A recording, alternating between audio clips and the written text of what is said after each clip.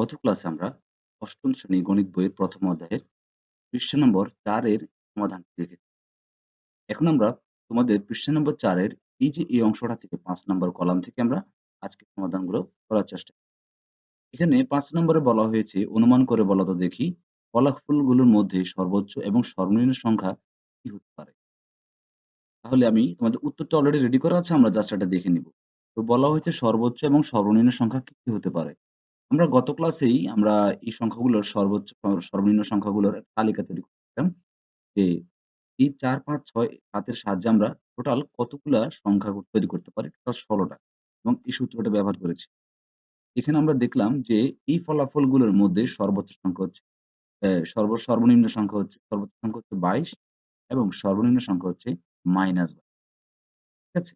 এবং ২ নম্বর যে প্রশ্নটা ছিল, ২ নম্বর প্রশ্নটা আমাদেরকে বলা হয়েছে যে ফলাফলগুলোকে ছোট থেকে বড় ফলাফলগুলোকে ছোট থেকে বড় সাজালে তাদের মধ্যে কি কোনো সম্পর্ক পাওয়া যেতে পারে?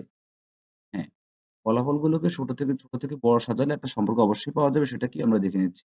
দেখো, ফলাফলগুলোকে ছোট থেকে বড় সাজিয়ে পাই। আমরা এখানে কি লিখেছি? -২২, -১৪, -১২, -১০ এভাবে আমরা অ্যা ২২ পর্যন্ত লিখেছি আমরা। এখন তোমাদের মনে প্রশ্ন হতে পারে যে এখানে ছোট থেকে বড় কিভাবে হলো? আমরা জানি মাইনাসের ক্ষেত্রে যেকোনো যে স মাইনাসের ক্ষেত্রে মাইনাসের সংখ্যাটাই ছোট হবে। আর আরেকটা বিষয় হচ্ছে কি, মাইনাসের সংখ্যার মধ্যে ধরো -২০ এবং -১০ বললাম আমি। এই ২ টা সংখ্যার মধ্যে সবচেয়ে ছোট সংখ্যা কত হবে? -২০। মাইনাসের মধ্যে মাইনাসের ক্ষেত্রে যে সংখ্যাটা যত বড় সেই অঙ্কটা তত বেশি ছোট ধরা হয় মানের ক্ষেত্রে। তাহলে এটা ছোট থেকে বড় আমরা সাজিয়ে পাইলাম। এখন আমাদেরকে প্রশ্ন করা হয়েছিল যে এই ছোট থেকে বড় সাজালে এদের মধ্যে কি কোন সম্পর্ক পাওয়া যেতে পারে? অবশ্যই সম্পর্ক পাওয়া যেতে পারে। আমরা এখানে দেখলাম কি? অনুক্রমের সবগুলো সংখ্যাই পূর্ণ সংখ্যা। অর্থাৎ আমরা জানি মাইনাস এবং প্লাসের সবগুলো সংখ্যাকেই পূর্ণ সংখ্যা বলা হয়। তাহলে এখানে সবগুলো সংখ্যা হচ্ছে পূর্ণ সংখ্যা, একটা সম্পর্ক এবং প্রতিটি সংখ্যার ওই যোগাত্মক বিপরীত সংখ্যা রয়েছে। যোগাত্মক বিপরীত সংখ্যা কি এবার একটু বুঝে নিই আমরা। যেমন -২২ এটা হচ্ছে ঋণাত্মক সংখ্যা। এর যোগাত্মক মানে এর প্লাস করলে সেটা কি হবে? সেটা হবে ২২। তারপর আমরা যদি বলি ১৪ এর যোগাত্মক বিপরীত সংখ্যা কি? -১৪। ১২ এর যোগাত্মক বিপরীত সংখ্যা কি? +১২। এইভাবে আরকি প্রত্যেক সংখ্যার একটা যোগাত্মক বিপরীত সংখ্যা রয়েছে। তো আমরা এই প্রশ্ন উত্তরটাও পাইলাম। এবার আমরা পরবর্তীতে চলে যাচ্ছি। আমাদেরকে ৬ নাম্বার কলামে বলা হয়েছে ফলাফলগুলোর মধ্যে কোন অনুক্রম দেখতে পাচ্ছ বা সম্পর্ক খেয়াল করেছ? এখন দেখো, এখানে অনুক্রম বলতে এই এই কথাটাই বলা হয়েছে যে আমরা অন্য কোনো অনুক্রম পাচ্ছি। ঠিক আছে? এখন এই প্রশ্নটা যদি তোমার বুঝতে হয়, তোমাকে আরো কয়েকটা বিষয় লক্ষ্য করতে হবে। এখানে বলা হয়েছে কি, মজার কোনো অনুক্রম লক্ষ্য করলে অথবা কোনো সম্পর্ক খেয়াল করলে তুমি সেটা খাতায় টুকে রাখতে পারো। তোমার চিন্তা ভাবনার সুবিধার জন্য নিজের পরীক্ষাটি করো। দেখো, তোমরা এটা কিভাবে করবা কাজটা, এটার জন্য তোমাদেরকে একটা প্রশ্ন দেওয়া হয়েছে। অর্থাৎ এটা তুমি বুদ্ধি খাটিয়ে তৈরি করবে। যেমন বলা হয়েছে কি, পরীক্ষা করে দেখো। তোমার বুদ্ধির ধার বাড়ানোর জন্য ৪ টি প্রশ্ন দেওয়া হলো। তোমার মাথায় আরো প্রশ্ন এলে নিচে পরের পৃষ্ঠায় লিখে রাখতে। যেমন ১ নাম্বার প্রশ্নে বলা হয়েছে কি, ফলাফলগুলোকে ক্রমানুসারে সাজালে তাদের মধ্যে ডিফারেন্স একই থাকবে? ফলাফলগুলোকে যদি তুমি সিরিয়াল বাই সিরিয়াল সাজাও তাহলে তাদের মধ্যে যে পার্থক্য হবে, পার্থক্যটা কি একই হবে?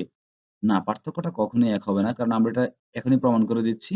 দেখো, এখানে আমরা এগুলো সব ক্রমানুসারে সাজানো আছে। ছোট থেকে বড় ক্রমানুসারে সাজানো আছে। উনারা বলেছে কি যে পার্থক্যটা কি এক হবে কিনা? আমরা দেখো, ২২ এবং ১৪ র পার্থক্য কত? ৮। ৮, ১৪ এবং ১২ এর পার্থক্য কত? ২। ১০ এবং ৮ এর পার্থক্য ২। ৪ এবং ৮ এবং ৪ এর পার্থক্য হচ্ছে ৪। তাহলে এখানে হচ্ছে একবার ৮, এখানে হচ্ছে একবার ৪, আর এখানে হচ্ছে ২। তার মানে পার্থক্যটা সবসময় সমান হচ্ছে না। তার মানে আমরা কি বুঝলাম? যে পার্থক্যটা সমান সবসময় হবে না। ২ নম্বরে বলা হয়েছে, কোন ফলাফল কি শূন্য হতে পারে? হ্যাঁ, ফলাফল শূন্য হতে পারে।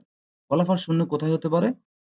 এখানে দেখো, মধ্যখানে ২ টা শূন্য এবং শূন্য থেকে শূন্য বিয়োগ করো, যোগ করো, উভয় ক্ষেত্রেই শূন্য হবে। তাহলে আমরা বলতে পারি যে ফলাফল শূন্য হতে পারে। ৩ নম্বরে বলা হয়েছে, কোন ফলাফলের পুনরাবৃত্তি হতে পারে? হ্যাঁ, অবশ্যই পুনরাবৃত্তি হতে পারে। আমরা জানি যে পুনরাবৃত্তি এখানে প্রত্যেকবারে হচ্ছে। ঠিক আছে? যেমন শূন্যের ক্ষেত্রে দেখো, শূন্য পুনরাবৃত্তি হয়েছে। এখন তোমরা বলতে পারো যে স্যার এখানে -২২ আর ২২ ২ টা তো একই সংখ্যা, এখানে তো পুনরাবৃত্তি হয়েছে। না। এটা হচ্ছে ঋণাত্মক সংখ্যা, এটা হচ্ছে ধনাত্মক সংখ্যা। ২ টা সম্পূর্ণ বিপরীত সংখ্যা। কিন্তু শূন্যের দিকে তাকাও, ২ টা শূন্যই এখানে বিপরীত সংখ্যা নয়। ২ টা হচ্ছে একই সংখ্যার পুনরাবৃত্তি। কিন্তু মাইনাস এবং প্লাসের সংখ্যাগুলোও পুনরাবৃত্তি বলা যায়।